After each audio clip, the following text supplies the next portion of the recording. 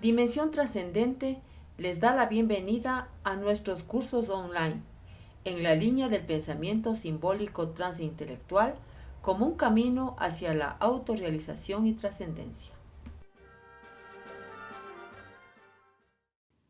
Iniciamos con la primera unidad del curso gratuito, el pensamiento simbólico transintelectual como camino iniciático de autorrealización y trascendencia. El poder del simbolismo constituye ahora una modalidad, tal como antes la finalidad de las referencias de los sentidos constituyó la modalidad para una época concluida. Lo que ha caracterizado a la ciencia y al método científico es precisamente reconocer como real únicamente lo observable y medible por los sentidos, negando otras realidades, lo que sin embargo la nueva ciencia actual, especialmente la física, han empezado a relativizar. C. Raynaud de la Ferrière. Acercamiento al pensamiento simbólico transintelectual. El pensamiento simbólico es natural y propio del ser humano. Ha posibilitado un increíble desarrollo de la ciencia y la tecnología, pero también es una apertura hacia una realidad más amplia que abre puertas en nuestra mente hacia las grandes comprensiones de la unidad en la totalidad y la trascendencia. El psicólogo Jean Piaget, en sus estudios sobre el desarrollo del pensamiento en el niño, ha expuesto que desde el año y medio a los 2 años se empieza a crear símbolos, a presentar objetos y personas tangibles con palabras, sonidos. Por ejemplo, papá representa a una persona y se convierte en símbolo de padre, de modo que el niño reacciona e interactúa con dicho símbolo o palabra, aun sin que la persona esté presente. Lo que caracteriza al pensamiento simbólico es esta capacidad de representar y pensar su entorno más allá de la situación en la que se encuentra presente el objeto. Los símbolos representan al objeto, por lo que se convierten en significantes del mismo, y el objeto pasa a ser el significado. John Dewey, psicólogo y pedagogo estadounidense, distinguió dos operaciones: las realizadas directamente con el objeto y las operaciones realizadas simbólicamente, es decir, aquellas con las que interactuamos sin presencia del objeto, sin una relación directa con ellos.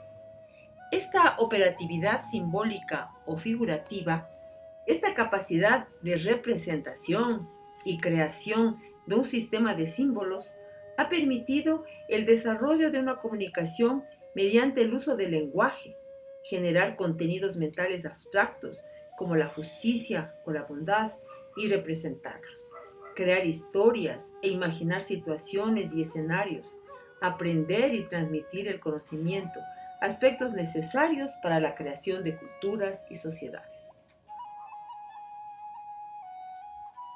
Formas de pensamiento simbólico. De acuerdo con la utilización del símbolo, Gilbert Durand, antropólogo y mitólogo francés, distingue 3 modos de conocimiento simbólico: el signo, la alegoría y el símbolo como nosotros lo comprendemos.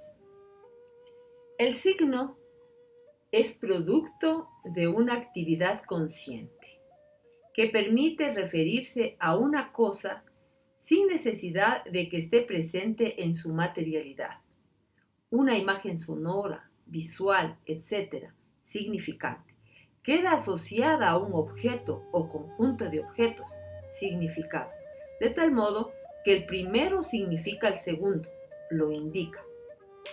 El signo puede referirse a una señal natural.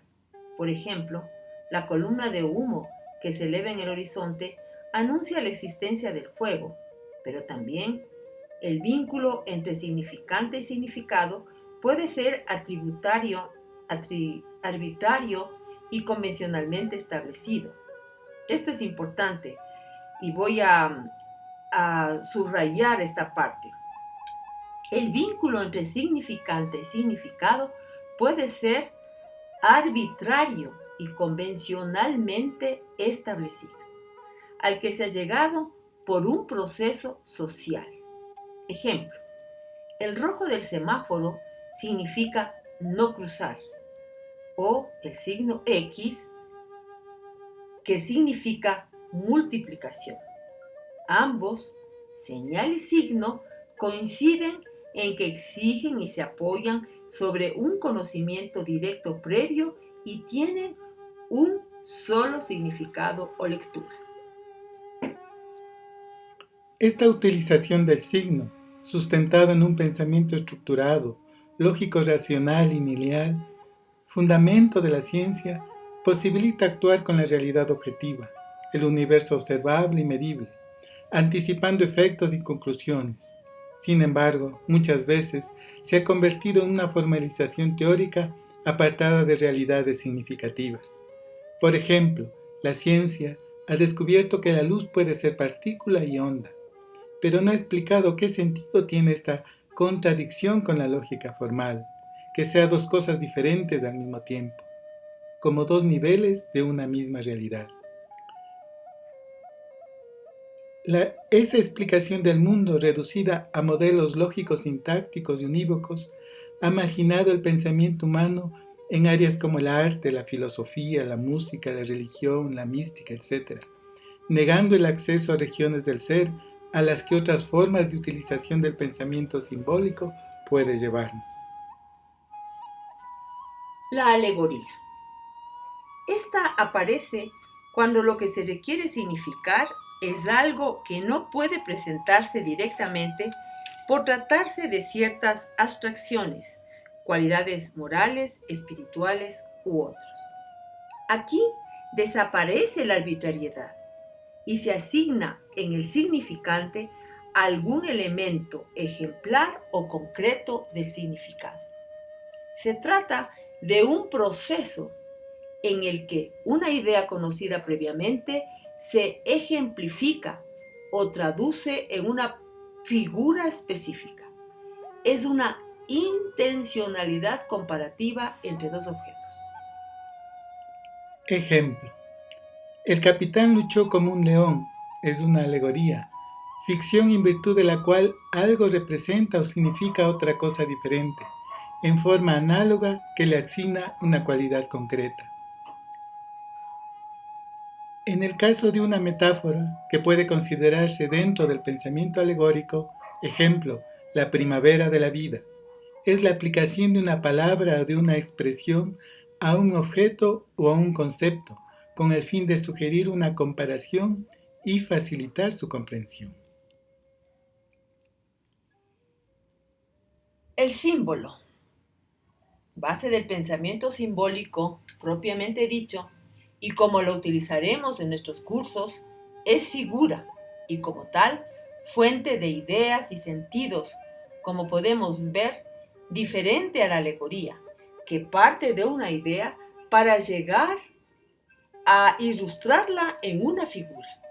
En el símbolo, la figura, la imagen sensible, se encuentra vinculada a un sentido y no a la cosa. De ahí que una imagen de valor simbólico encierra un contenido que la trasciende, a diferencia del signo, que capta el significado de una manera exterior al proceso y tras un acuerdo arbitrario. El gran filósofo e islamólogo francés Henry Corbin señaló que el símbolo no es un tipo artificialmente construido, sino que aflora en el alma para anunciar algo que no puede expresarse de otra forma, como única expresión de lo simbolizado, que en sí misma trasciende toda expresión. El símbolo es cierto saltar a la conciencia de algo que hasta entonces no estaba en acto, sino solamente en potencia. Instante de comprensión durante el cual una realidad trascendente se comunica con el alma del ser humano. Ejemplo de este funcionamiento del símbolo es cuando al mencionar el cielo estamos refiriéndonos al cosmos, con los planetas, las estrellas, etc., pero también a lo alto, lo inmenso, lo poderoso, lo sabio, lo bueno, y a nuestra relación con ello, aspectos que no agotan su significado. El símbolo se erige entonces como constructor de sentido de nuestras experiencias existenciales. Se tiene que vivir y no solo pensar o intelectualizar como ha sucedido con gran parte del conocimiento de la ciencia moderna. Maurice Buchot escribe: el símbolo es una especie de invitación, es una indicación de camino, pero también una incitación a incorporarse a ella. Y es que el símbolo solo puede interpretarse cuando, al menos en cierta medida, puede vivirse. Ejercicio. Los signos símbolos pueden ser leídos a la vez en forma literal, es decir, como signos, como alegoría o metáfora y como símbolos propiamente dichos. Sugerimos que tratemos de leer los siguientes signos símbolos en las 3 lecturas: la montaña, el camino, la noche. Gracias por participar en nuestro curso Pensamiento Simbólico Transintelectual como un camino hacia la autorrealización y trascendencia. Les invitamos a seguirnos en nuestros canales. Hasta la próxima.